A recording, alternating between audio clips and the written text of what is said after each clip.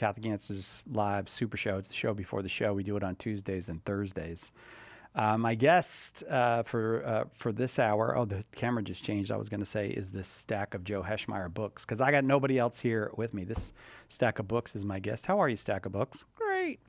Actually, it's going to be, we'll just talk to one another. So I'm going to go on the YouTubes. But we are going to, we do have a guest coming a little later. And I think you're going to be super psyched to hear the conversation. I'm looking forward to it myself.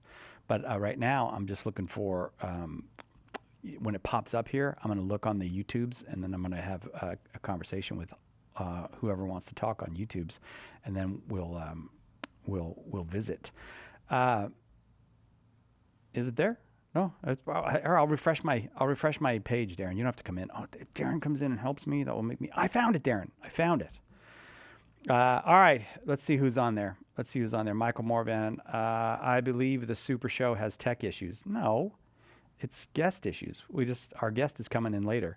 See you at 6 p.m. Eastern time. Oh, Michael just left. Yay, Super Show. That's the right attitude, Jamie. Super Show, baby. Late notification. I want size book. All right. You got to tell me which one. Pino with P.O., my former enemy, now my friend. Jamie, hello, everyone. Please hit like, guys. That's Big Stack, of course, taking care of that. He did it. Yeah, I found it. So if you have a topic, you throw up the topic, we talk about the topic. That's what we're going to try doing today. But then we got, in about, 15 minutes from now, we got a really cool guest who I will tell you this. I probably shouldn't even tell you this. I don't even know if I'm supposed to talk about this, but Edgar is out for the afternoon because Edgar has a little boy. Edgar and Lena, his wife, have a little boy. Dude knocked his tooth out. Poor little guy. Or did you hear this part, Darren? He might not have knocked it out. He might have shoved it up into his, because when it's a baby tooth, of course, because he's a baby. How old is he? 2? Is he 1.75 or something? Something like that. 1 point something. 1 point something. And Edgar told me this morning the tooth might be up there. They thought that it got lost, but it might have just got shoved up into his head. So, yeah. We'll be making fun of that kid for the rest of his life about that, but that's where Edgar is. That's why we don't have Edgar here with us. You're just going to say hello to me? That's it? I mean, thanks, Pam. And welcome, says Big Stack, but nobody has anything they want. Prayers for baby Edgar. Thanks. None of this is helping me, people. We're supposed to be having a conversation. What can we talk about? I'd give the phone number, but guess who's supposed to do the phones today? Edgar. You guessed it. So Darren's here with me, though. All right, I'm going to read poetry to you. If you don't come up with a topic, I'm going to open my phone and read poetry to you. That's a threat. Some of you probably want. There are strange things done in the midnight sun by the men who moil for gold. The Arctic trails have seen strange tales. I can't remember the rest of that one. That's the ballad. Maybe not the ballad. That's the Song of Sam McGee or something like that. Any thoughts on the new Liturgy of the Hours? Know any good details? Jamie, thank you for that insightful and important question. Next time you ask a question, have it be about something I know something about. All right, I'm just going to throw that out for you, Jamie. I don't actually know anything about it. I know we got that coming, but I don't know anything about it. Hello, I'm a Baptist Protestant, and oh wait, don't go by so fast. Hello, I'm a Baptist Protestant, and all my life I was taught false doctrines from both Catholics and Orthodox. We taught you false doctrines? Wait a second. That's Pedro. So what do you want to talk about, Pedro? The topic is why a deacon is not called father. You're just throwing out topics? All right. Why a deacon is not called father? Because the priest is the spiritual father. That's all I got on that. What books can I look into to learn more about the Catholic faith? All right, Pedro. It turns out that my guest is a stack of books from Joe Heschmeyer. What do you think, stack of books? What would you like to say? First thing Stack of Books suggests is the Eucharist is really Jesus. Pedro called during the show. I'll send you some of these. The early church was the Catholic Church and Pope Peter. We also have a book by Trent Horn that's sold like 500,000 copies or something called Why We're Catholic. That's a good one. But more generally, I would say the Catechism. You can read the Catechism. It's not written just for like these apologists we got around here. It's written for all us regular people too. We can read it. So I would check that out. I'm very interested in what false doctrines you were taught, though, Pedro. So I was baptized in Aglapian Church. My mother is Aglapi and my father is Roman Catholic. Though I had my first confession when I was grade 6, thought I was Catholic for a long time. I will now be checking out Aglapian Church. Aglapian Church. We're going to find out together what this is. Aglapian Church, officially known as the Philippine Independent Church, an independent Christian denomination in the Philippines that emerged from the nationalist movement in 1902. All right, so are you Catholic now or what? I don't know. I'm not sure where that one went. What books can I look into? Okay, I did that. Talk about how one loses their salvation.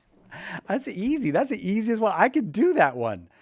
Jack, thank you. I'm going to read you a little something, Jack, that will tell you how you can lose your salvation. There's actually a chapter in the Bible on this, devoted almost entirely to this. I'll read the RSVCE version. That's the Revised Standard Catholic Edition version. Let's see. All right, here we go. This is how you lose your. Your salvation. When the Son of Man comes in glory and all the angels with him, then he will sit on his glorious throne. Before him will be gathered all the nations, and he will separate them one from another, as a shepherd separates sheep from goats. And the sheep will be on the right, and the goats on the left. Then the king will say to those on his right hand, "Come, O blessed of my Father, inherit the kingdom prepared for you from the foundation of the world, for I was hungry and you gave me food." So first of all, if you don't feed the hungry, you can lose your salvation. I was thirsty and you gave me drink. Don't do that. Lose your salvation. I was a stranger and you welcomed me. See what I'm saying? I was naked and you clothed me. I was sick and you visited me. I was in prison and you came to me. Then the righteous will answer him, "Lord, when did we see thee hungry and feed thee, or thirsty and give thee drink?" And then, of course, it goes the other way for the goats. So that's the basics. That is, our salvation is dependent on us living the life of charity that Christ has called us to, and that the sacraments equip us for. So salvation from Christ through his sacraments, loss of salvation, failing to live the life of charity as Christ has given us the life to live. All right, on we go. Let's see who that's. I really like that question. What books? No, I keep going back to the same one. The best book to learn about Catholics is the Bible. I'm sorry, Sergio, you are correct. Decide golf. What a perfect question. No, I have never golfed in my life. I have hit a golf ball, and that's it. I mean, I'm not a golf ball. I've hit golf balls with my brothers once down at the elementary school. We took my dad's clubs down and hit golf balls. But have you ever golfed, Darren? Are you a golfer? A little bit when I was a kid, but didn't stick. Too expensive. Oh, is that what it is? Yeah. Although the other day I came to work the long way because it was a summer morning and I wanted to see the world. I wanted to see the beach. So I was driving by all the beaches. That brought me down to Torrey Pines. And then I came around the corner and there's the Torrey Pines golf course just laid out with the ocean below. And I was like, I wish I had been a golfer. I wish I had golfed. But I can see why people like it. Especially if you get to play it in these beautiful grassy settings. All right. I've lost my place. Aglapian Church we did. Books. Talk about how one loses their salvation. I gave you mine. I have a topic about how social media can mess up the church life and our prayers and how it takes over your mind. So what do you think on that? Holy smokes. I've gotten rid of everything, social media on my phone, because I found out, and at first I was ashamed to admit this, I am powerless over it. And this is what I decided. Don't be ashamed to admit it. Just say it out loud, so that if I have, all my kids are on Instagram and my wife sends me Instagram videos, I don't watch none of it, because if I watch one Instagram video, I watch 75 Instagram videos. And as Darren knows, if the algorithm starts showing me like animals tripping, I will start laughing my head off and watch it for the rest of the night. Or if it shows me car crashes in Russia, like one night I was on, I think it was Instagram. I probably was there to watch one of my son's skate videos or something. And then I spent hours watching car crashes in Russia. I don't even know how that happened to me. So I think the first thing to do is admit the algorithm is more powerful than we are. It's not trying to get us to do good behavior. It's trying to get us to do bad behavior. and just get away from it. That's my basic feeling. Saying that to you on YouTube. Am I a Roman Catholic now that I had my confirmation, even though I was baptized Aglapi? Oh, I don't know anything about Aglapi, so I don't know but if you had your confirmation in the Catholic Church, then that must mean that the baptism was valid. So the Catholic baptism is the easiest sacrament because it's the doorway to the church and to the sacraments. So the Catholic Church accepts a valid baptism performed by anyone. So the question is always, is Aglapi baptism, and I hope I'm pronouncing it correctly, Justin, Aglapi, is it a valid baptism? And if they confirmed you in the Catholic Church, then one would assume that the answer must have been yes, because a priest won't confirm you without a record of your baptism or without evidence of your baptism. So unless you were conditionally baptized, I don't know, you didn't say that. But if you are baptized, doesn't matter where you're baptized, and then confirmed in the Catholic Church, you've been accepted into the Catholic Church. So you should be going to Mass every Sunday. You should be going to confession. But if you have not received instruction in the faith, it's possible to be received into the faith without receiving instruction. Sometimes that happens. You can just seek instruction in how to live as a Catholic. Can we get the Eucharist from non-Catholic churches? No. No. If it has valid Eucharist, it's Catholic in some way. But I guess you could be like, oh, but Russian Orthodox or something. Yeah, like. So I suppose the answer is things that are not visibly Catholic, whose names are not Catholic, like a Russian Orthodox or a Greek Orthodox.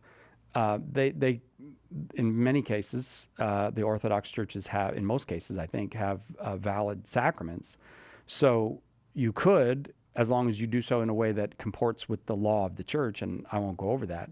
But if you're talking about Lutherans, Anglicans, Methodists, Baptists, and they won't use the word Eucharist and all those, then the answer is no, you cannot, and you should not. The best book to learn is the Bible. We got it. All right, let's see. On we go. Catechism 2, yes. Pedro, do you speak Spanish? It is pricey. Now I've forgotten what we were talking about. Oh, golf. Yeah. A lot of beautiful courses. I want to delete it all. What, the YouTubes and the stuff? I do YouTube. But I have to be careful because I'm not really good with YouTube shorts because like I start watching the YouTube shorts and an hour later, I've seen 37 snippets of an interview with a Beatle, and whatever it got on that day, and none of this has improved my life. Although I like the Beatles, it's fine to listen to those. That's not like I was committing a sin, but I do think I have no power over it, so I stay away from it. Pedro's from Argentina. Hola, bienvenidos, Pedro. It says, hey, Pedro, don't throw the whole house out the window, okay? It says the baptism of Aglapi. I don't know what says it, but something says the baptism of Aglapi is okay. Do you know? Oh, I don't know this gentleman in Venezuela. You know who follows Spanish language apologetics is Edgar. So Sergio, could you tell Edgar about that? Maybe reach out to Edgar here when he's in, when his kid didn't shove a tooth up into his head. Let's see. They use the right. It must be about the Aglapi. I am happy to continue this conversation, but there's somebody way more interesting than me here. Can we bring our guest in, or am I? I got the thumbs up. I told you were going to love the conversation. I've been looking for this conversation. Roxie Beckles is our guest, and she's the Black Catholic chick. Roxie, welcome. You can hear me okay? I can hear you perfectly. Can you hear me? Very well. Did I pronounce your last name correctly? You absolutely did. However, my handle is that Black Catholic chick. Oh, yes. I apologize. Yes, right. Because it would be as if someone were to say, hey, do you know that Black Catholic chick? And the answer is, yeah. You are that Black Catholic chick. Well, welcome. We're very happy that you're here. Thank you so much. Yeah. I'm honored to be here. Well, I read you wrote a piece. I think it was probably you wrote it around Pope Leo being elected. Was that the one for the National I Catholic Reporter? did. And it Yes. was wonderful. And Edgar showed me some of your stuff online. And so basically, if I have your story right, you're raised a Catholic. You went to Catholic schools. You did all that. I did.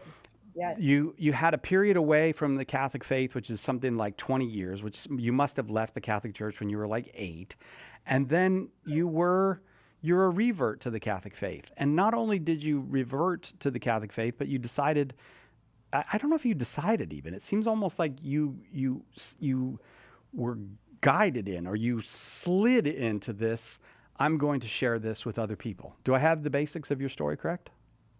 You do. And I have to excuse myself. This is real life. It is so hot here in LA, and I can see myself just sweltering up with sweat. So I'm sorry if I look like why does she look like this? You guys, it's really hot right now. But anyway. It doesn't look like that to me, but okay, we get it. It is hot. It is hot out. It's hot everywhere though. Yeah, you're fine. You got the story. You got the story right on the money. You guys did your research. Amen. So yeah, the article that I wrote was in the National Catholic Reporter, or the Register Reporter. No, it was Reporter. Sorry, my head is going. Yeah. Reporter. Yeah. And they approached me about just sharing my thoughts on our incredible, Pope, and just my hope for Pope Leo, and that was a great opportunity. But yes, born and raised in Brooklyn, New York, living in Los Angeles, California, born and raised in the faith, Catholic school my entire life. Now, I always say, listen, don't get up on your high horse if you're Catholic and you've been in Catholic school your entire life, because for some of us, that's an embarrassment, okay, because you don't know nothing about the faith, including myself, okay? But I learned a lot, and I come from a very, devout family, a very, religious, practicing family. And so even though I stepped away from the faith in my, pretty much when I really got out of my parents' environment, my home environment, I was in college, and I was being challenged about my faith. And I always make it clear, I never renounce our Lord Jesus Christ. Okay, Jesus is never left, but I just wasn't practicing. A lot of folks, as you can see, I am that Black Catholic chick. So it's always like, well, why are you Catholic? You're Black. Why are you even Christian? Because it's the white man's religion. Like, what are you doing? Okay. Yeah. So I'm like, world, show me what you got, world. Went looking, went searching, and led me right back home, honestly speaking. Wow. And when I came back to the faith, it was just all of the things that were instilled in me since childhood, and all the things that I already knew to be true were just lit on fire even more. And my foray into this whole world of YouTube and that such was not something I actually chose. It was purely an act of God. It was accidental. Yeah. Okay. I started this channel because I'm in fitness. You see the guns there. Okay. You see the kettlebell. Your girl is a. I don't want to tear my shirt, or I would show you. But yeah. Okay, we get it. Yeah. Yeah. Listen. Fitness is my life. It has been for a long time. You were a dancer. Bodybuilder, actually. Dancer. Yeah. Bodybuilder, one of the top in the world at one point. It competed at the Olympia, so done some really serious stuff in that way. But I wanted to start a channel about spiritual fitness. I'm a Catholic. I had to say, well, my inspiration is coming from my Catholic faith, but we're going to try to figure out what that means. I started this channel. I was going to change the name from that Black Catholic chick to whatever came up. And before you know it, just everything just took off in a totally different direction. And here we are. I'm here. The 2 weeks after I started my channel, Matt Brad is like, hey, I want you on Pints for the Quietness. I'm like, God, your girl didn't ask for this. Yeah. What's going on? Okay. Right. But now I'm here talking to your audience. And I have to say, Sai, you and your team and Catholic Answers has been a big part of my life and my faith, especially when I started coming back about a couple of years ago, and just really wanting to know and to understand, like, why do I believe what I believe? Yeah. And so I have to thank you for this platform. It's really been life-changing for me. And with my stuff, I will probably talk about that because I'm going to shut up. I know I talk a lot. I have 2 different channels, Theology of Fitness, and then I also have that Black Catholic chick. But my shtick for me is to help the lay Catholic, especially the misfits out there that are like me. Okay, we're not Pollyannas out here. Okay, we live life, we're doing our thing, but we want to know love, and defend our Catholic faith. And that's kind of Amen. what I'm all about. Yeah. Well, I mean, what's the point of Christianity if it's not for normal people? It can't just be a religion for some kind of perfected elite over here or people. And I have to say, one of my best friends in Catholic media, I got this job at Catholic Answers. Her advice to me, I have never forgotten. The day that I got the job, she said to me, don't go on there and be fake. Don't go on there and tell them you never had troubles in your marriage. Don't go on there and act like you've got it together, or because she knows me, she knows I don't have it together. And I've always valued that advice because, and it's something that I appreciate about you, that what is the point of acting as if you become a Christian and somehow that takes you out of the world? No, it's the tools, it's the gifts that God gives so that you can navigate this world in a way that pleases him and you can spend eternity with him. But I appreciate I don't know if normal is the right word, but I think you will be sensitive to the point that there are Catholic and lots of Christian social media creators where you go, is that really their life, or is that an image of their life? Yeah, I mean, I'll tell you, as I was deciding what this spiritual fitness thing that I had on my heart was, I was already coming back, obviously, into my faith, and it'd been already, I would say, since about 2018 is when I really started to just make my way back and started to consume Catholic content online specifically. Mm-hmm. And as I was looking around, I'm an apologetics girl. I love apologetics. I'm someone who just studies the faith all the time. My head is just exploding right now. I'm going through this deep dive into John 6 and the presence of Christ in the Eucharist. Oh, don't get me started here. But I realized in my searching that though there were great apologists, lots of guys out there, no, nothing on that, but I didn't see a lot of female apologists. That was one thing for me. Mm-hmm. And I didn't see someone that I felt like I could relate to in life experience. What do I mean? I was not a spring chicken. I'm not. Listen, I got the gray hair. So, okay, I'm not a spring. You don't. That is I'm not even true. I'm a summer chicken. I'm a summer chicken. Okay, fair enough. Chicken. Yeah, you're talking about a winter chicken. What I would say, right? Yeah. So what I was finding is that a lot of the female, particularly Catholic, I hate the word influencers, but personalities or content creators out there were much younger. And it's like, look, girl, I can't relate to what you're talking to right now because I already been through that. You know what I mean? And I just wanted to have something that I felt drawn to. And so when I really decided that, okay, God, you want me to do this message that I'm going to put out, we're going to go deep with the apologetics. I'm going to study your word. I'm going to study your history. I'm going to study the greats out there and learn from them. And I'm going to share that in a way that allows people to relate and feel like they can speak about these things too, because it can be so intimidating.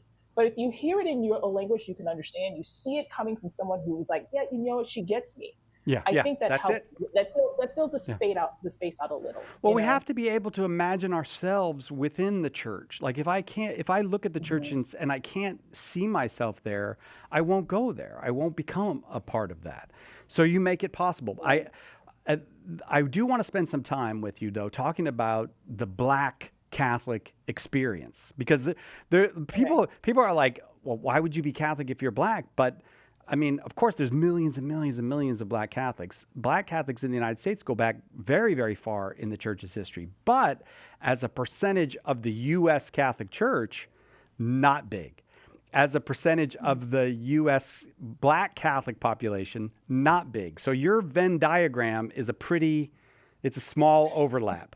So will you just give me a little bit about that experience and if that's a big part of what you are able to talk about and share in your work? Yeah, absolutely. Interestingly enough, I grew up, like I said, I grew up in Brooklyn, New York, and I grew up in a very diverse neighborhood. Shout out to Park Slope, Brooklyn. Shout out to Saint Savior. That was my parish growing up. My family's still there. And I come from my family, it's interesting because half of my family is Protestant actually, and then the other half is actually Catholic. So I was in the Catholic side, but I had that Protestant experience as well, going to churches and stuff like that because they were, my family members. So I grew up in this kind of situation where I saw both things going on. And for me, Catholicism, because it was my experience and what I was being taught and learning in school and just seeing, it was just true. It just made sense to me. The little crackers and the grape juice, that didn't make sense to me. But the Eucharist, complete love, you know? So it's interesting because it wasn't until I got out of high school and I went to college. Now, I went to a public university for the first year and a half of college. I went to SUNY Purchase, where I went to their dance conservatory, very well-known conservatories there. And this was before I transferred to Fordham University, which is a Jesuit school, which is where I graduated from. But in that time in that public university, I was encountering people and experiences I'd never even seen. I was in a little Catholic bubble my whole life. So having folks, particularly Black people, who were either coming from a Black Protestant experience, who knew their Bibles back and forth, like I was just kind of intimidated by that a bit, and thinking that perhaps I don't know as much as I know. And then, you know, being in New York City, in New York, you got all kinds of other people. You got the Black folks that are 5%ers, Nation of Islam, all these things. Like, okay, well, why are you even that? Because this is the truth. So it's like, okay, tell me, show me what you got. Teach me. Let me learn. You know, and I think that's the path that God sent. He allowed me, with His permissive will, to go that direction, so that way when He knew that I was going to come back, He's like, you need to strengthen your brothers and sisters, just like He told Peter at the Last Supper. Go strengthen your brothers and sisters when you come back. And so those experiences for me allowed me to see a whole new world, but at the same time to really understand what truth is. Once I knew and learned for sure where truth is, because in the church, there was no turning back for me. What I love about other, you know, especially Christians, Black Christians, and I should preface, let's say Black American, because when you speak to Black people from, like, let's say Africa, or, you know, they're from parts of the Caribbean, whatever, their experiences are different, I feel, just because they're in a completely different continent or a completely different nation, which is different than what we have in the United States. Black people in the United States are largely Protestant. So when you find those little Catholic like pockets, it's like, well, how did that even happen, and why is it there? You know, so being able to speak and be surrounded by folks who are Protestant within the Black church, particularly, I felt has been an enriching experience for me, because it made me go and learn the scriptures for real. So now I can dialogue with them and show them, like, look, you know this, but let me show you the fullness. You know, so it's been. I think it gives me a little bit more of an advantage to be able to talk to that demographic of people, because those are my people, I know. But because we're all children of God, I can talk to everyone. You know? So a couple things then. What about speaking with your fellow Catholics, however? Like within the Catholic Church, if the message of Jesus Christ is the message of our creation intentionally by God, and then our redemption. So as a priest told me one time, racism in the Catholic Church is twice a sin. It's a sin against creation and a sin against redemption. And so I think it's I'm not saying that anything about Catholic people, just the faith that we've been given is probably the least racist thing that you could possibly imagine, because it's it's Catholic, it's for everyone. But that doesn't mean that we have lived up to that, or that we do live up to that. So what's your I don't know if you even have this, but is there a message, or is there something that Catholics need to understand about their American, not, as you said, not Caribbean or African, but American Black Catholic brothers and sisters, about their experience? What might you say about that? I think that's important to know three things. Let's say three things. Three things is to know your history. The history of the church is rich and beautiful, and even in the face of racism, we had people like Augustus Tolton who they did everything they could to try to stop his vocation, but God had ordained him, and he knew what God wanted him to do, so he lived up to it. You know, we have so many others, you know, Henriette de Lille, we have so many names that I can name, who were in times where they faced actual racism, actual issues that is a sin in human nature, right? And so understanding times and understanding history, I think, allows you to see the resilience of the people whose shoulders we stand on. That's the first thing I'd say. The second thing that I'd say is that Jesus gave us a very good example right there in the 12 that he chosen. He chose Judas among the 12. And in that, I truly believe he was leaving a message for all of us from the future forward, that he knew all the stuff was going to happen because of sin being in our hearts by our nature. That look, among those that I've chosen, there is one that is a devil. There is one that will betray me, but it should never break your faith or break the church. And so I think when you kind of put that perspective on things, to know that just because you are Catholic, just because we are one church and one body, it doesn't mean that there isn't going to be poison in that body. Of course, Yeah. the devil wants to break it. Of course, he wants you to have doubt about racism, this, that, the other, because the more doubt you have, and the more fear you have about that, the more you're going to push it away and you're going to go. You're going to leave for good. He wants that. He wants your soul. So we have to be able to have that ability to rationalize. I really do appreciate what Pope Leo said in Magnificat Humanitas. You know, really addressing the actual scar of slavery in the United States as we have experienced and know it through history. You know, to say something about that at this time, I think it's great. But the Catholic Church has always spoken about the dignity of the human, and even has spoken about racism and just slavery and other things that were happening throughout the centuries. You know, so we can't act like that's not there. So that's why I think knowing the history is important, so that way we can have a better idea of where we stand in our place and know that we are welcomed here. Everyone in the world is welcome. Do people assume that you're a convert to the Catholic faith? Or yeah, probably. But I you don't don't care know. what people think. Hi, come on, look at me. Look at me. So you think I care? Okay, you think I'm a convert? That's great. But let me tell you, I'm born and raised, baby, and I'm on fire. Yeah. So, but tell me about that too, because I think that I really do think a lot of Catholics in the U.S. don't understand that this goes back a very long way. Many Catholic communities, like here, I'm in San Diego. We have a Black Catholic church downtown. There's in a community there. That community of Catholics is probably 100, maybe 115 years they've been there. And they came there from somewhere else, you know, I think from Louisiana or somewhere. And so when I like knowing that, you go, well, 100 years ago, virtually nobody else was here. Like we sometimes I think act as if this is some kind of oddity, but it's not. It's very old in America. It's just small. It's a smaller community. So how far back in your family, for example, do you trace the Catholic faith?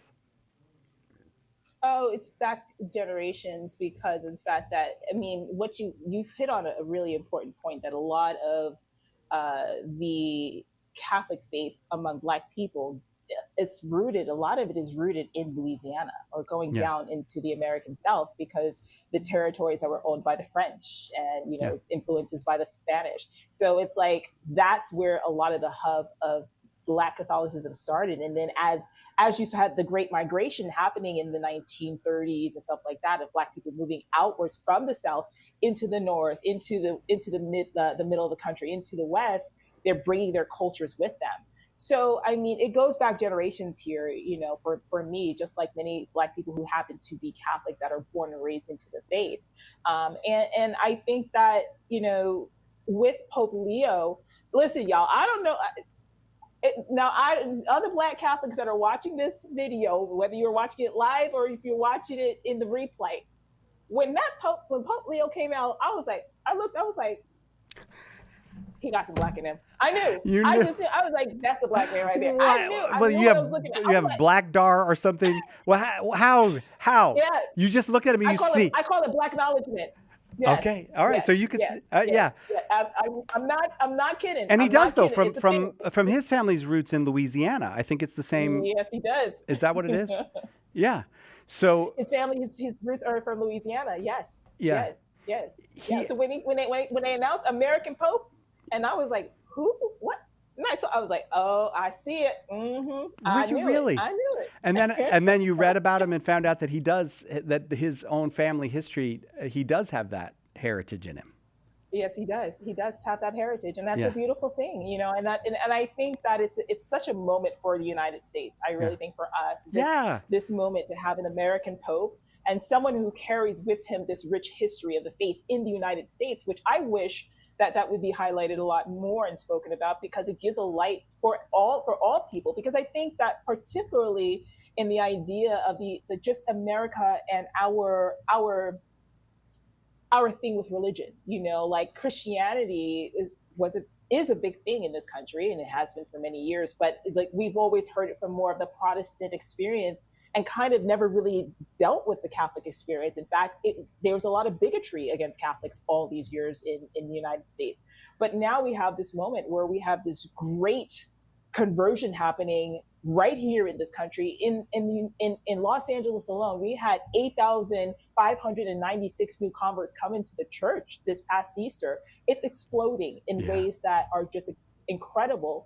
And within each of these experiences, I think the United States has a beautiful moment to tell our stories. What's also, talking about Black people, but just talking about unexpected Catholics, like being out here in Los Angeles, we have a diverse, group of people here, lots of Mexicans and stuff like that. I love me, Our Lady of Guadalupe. That's my lady. I love her. But I learned about this huge community of Korean Catholics. Oh yeah, That yeah. just blew Right. my mind that Right. I'd never been exposed to that. And it's like, here we have these wonderful pockets of different experiences. And it's, I don't like to look at race, quote unquote, as this thing. I know people are very sensitive about that when it comes to faith, but I think that there is something that God made us differently. We all come from different cultures, and there's a celebration of how God expresses himself in everybody's culture that we should definitely look at and celebrate and love. Yeah. So yeah, I mean, my story is one thing, but I think there are other pockets of American Catholicism that we should definitely explore and shine a light on. Well, we went from Brooklyn to Los Angeles. Like these are probably the two most culturally diverse. Like Brooklyn is crazy, and Los Angeles, I think it is the most culturally diverse city in America. So you're going to get it all there, and it is Yeah. beautiful. I mean the fact that if you have a great celebration at the cathedral there or something you're going to have Filipinos, Vietnamese, Oh yeah. Koreans, as you said, Black, White, Mexican, Argentinian, Puerto Rican. You're going to have everybody there. It does. And that is the beauty of the Catholic Church. If that's one of the gifts that we have, I think, here in California, is that we get to see that diversity of the Catholic Church. I want to ask you about your because I don't have too much time with you. I want to ask you about the social media thing, because when you wrote in the National Catholic Reporter your beautiful piece, and I hope people will read it, you got it in there talking about Gen Z. And are you particularly attuned? I mean, we talked about all the racial stuff, but are you particularly attuned to an age group? And if you are, why? What is it that makes you want to speak to that age group? Well, first of all, they had asked me to, like, what is my hope, when it comes to that generation? Like, Oh, can I I see. speak on I that? got. So I was like, Oh, sure, because so they I have a prompted lot of you. contact with different demographics. Yeah, it Yeah. was a little, Okay. and I was I like, well, got you. how much can I blow this up? Let me talk about their traditionalism. I was just being messy, but it's great. It was a great article. Yeah. But I'm being facetious. I don't necessarily think that I speak to a specific demographic. Okay. When I look at my demographics, and let's say YouTube is my biggest platform. I'm all over the place. I mean, but I definitely have a huge number of millennials, which I'm a zennial. I mean, I'm right on the cusp. Okay, so I don't claim the X's or the millennials. I'm right in the middle. Okay, it's a whole thing. But I have a lot of millennials and people around my age. Some people who skew slightly older as well, because I think they kind of like my blunt, orthodoxy when it comes to Yeah. teaching the foundations of the faith.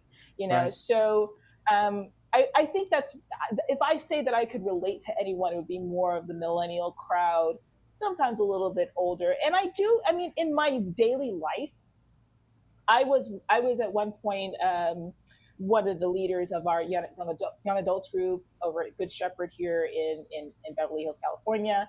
And so I've had a lot of interaction with folks who are Gen Zs, and like talking about their foray into the faith, and a lot of them converting or just coming back. So I have my ear to the ground in a lot of different pockets. So I try to just be open for everyone.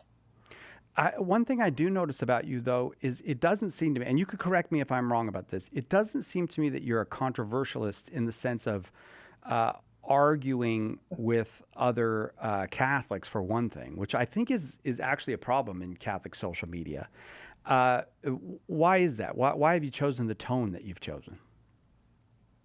Because listen, Si, I gotta be in confession every week. Okay, listen, that's part of my spiritual journey. I'm in confession every week. I'm in Yeah. mass every single day. I get spiritual direction. So I got a lot of eyeballs on me that, like, especially in my community, like just in real life, the people who actually do like have a high amount of respect for me. And I think there's an important comportment that we have to have as Catholics. Now, not that I'm perfect, okay? Just yesterday I got into a tiff back and forth with somebody in the comments. I had to hide that comment. Like, I can't be coming on Catholic Answers there looking at this comment. This is crazy. We were But, thinking like, about dropping you, really, Roxy. I just want you to know that we saw that. We're like, yes, I'm serious.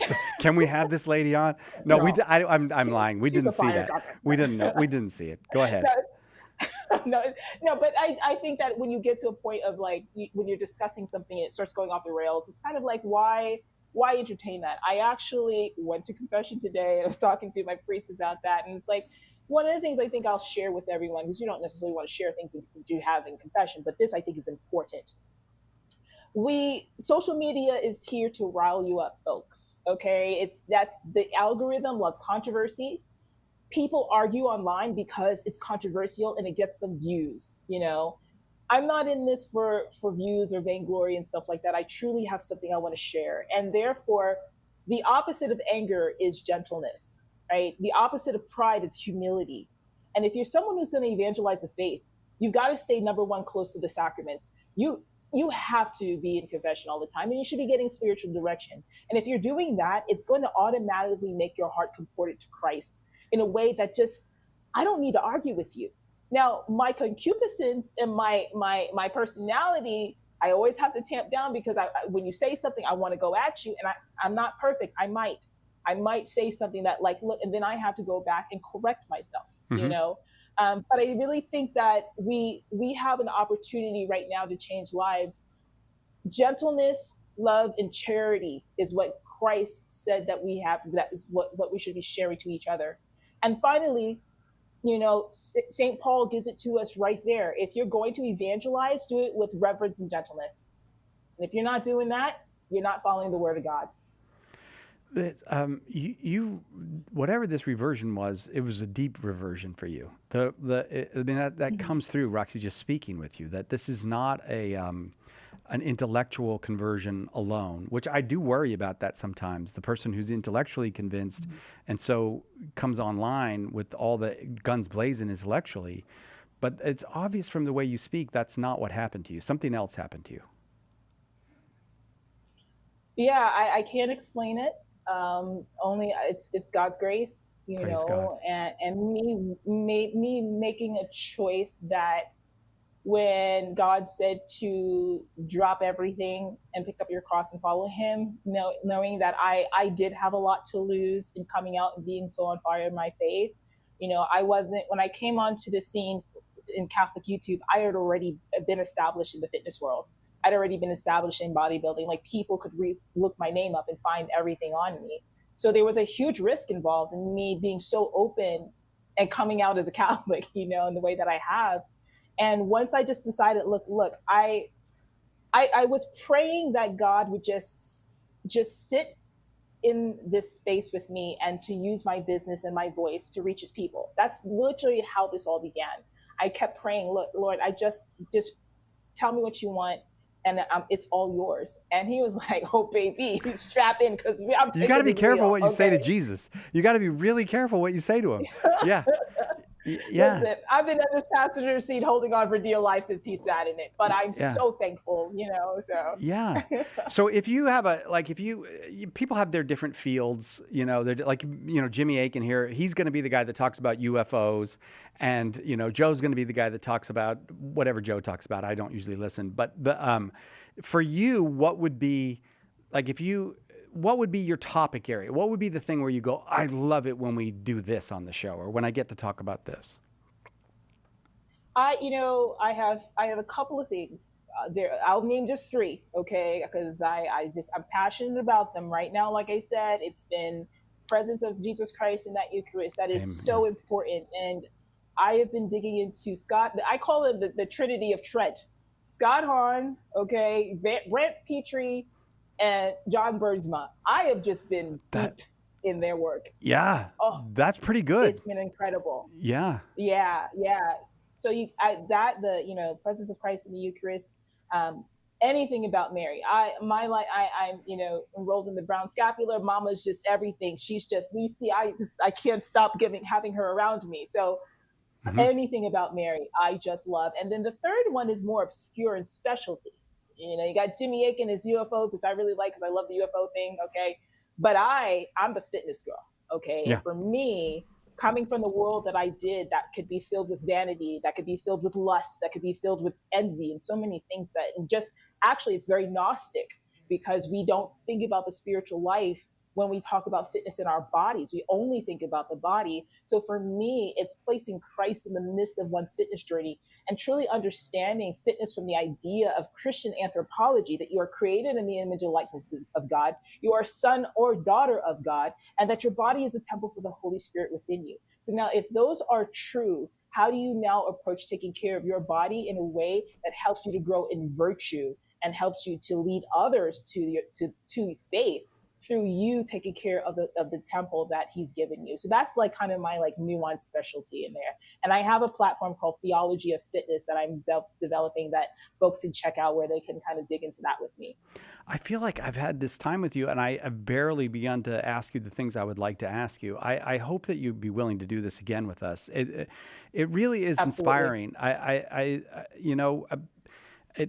People take their 10 or 20 years away sometimes, but to come back on fire for the Lord like that, it's beautiful to see, Roxie, and very inspiring. By the way, do you know the work of Pat Flynn? Are you familiar with Pat Flynn, the Catholic philosopher, A Philosophy for the People? His name is familiar, but I don't think I've read any of his The reason books I yet. say that is he's a fitness guy on one side. He's not like Okay. he's not Olympic level. Okay, all right, but Pat's a fitness guy Okay. on one side, and he's also, so I would just suggest Philosophy for the People. You could look at. His name is so familiar. Yeah, I'm Yeah. gonna look at it because I feel like I've heard his name before. Yeah. Yeah, Pat Flynn. Well, Yeah, I've heard of him before. the reason I'm asking you on the air is so that you won't be able to say no, but you will do this with us again. Will you? I will, absolutely. You let me know, and I'm here. All right. Yeah. God bless you and all your work. Thousands and thousands of people have discovered Roxie, that Black Catholic chick, or Theology of Fitness. Look for both of them. Roxie, I can't wait to speak with you again. Thank you so much for coming on with us. Amen. Thank you so much. Much appreciated. And now we got to take a 4-minute break, and then we'll start the live show back in just a minute to do that right after this. Thanks, Roxie.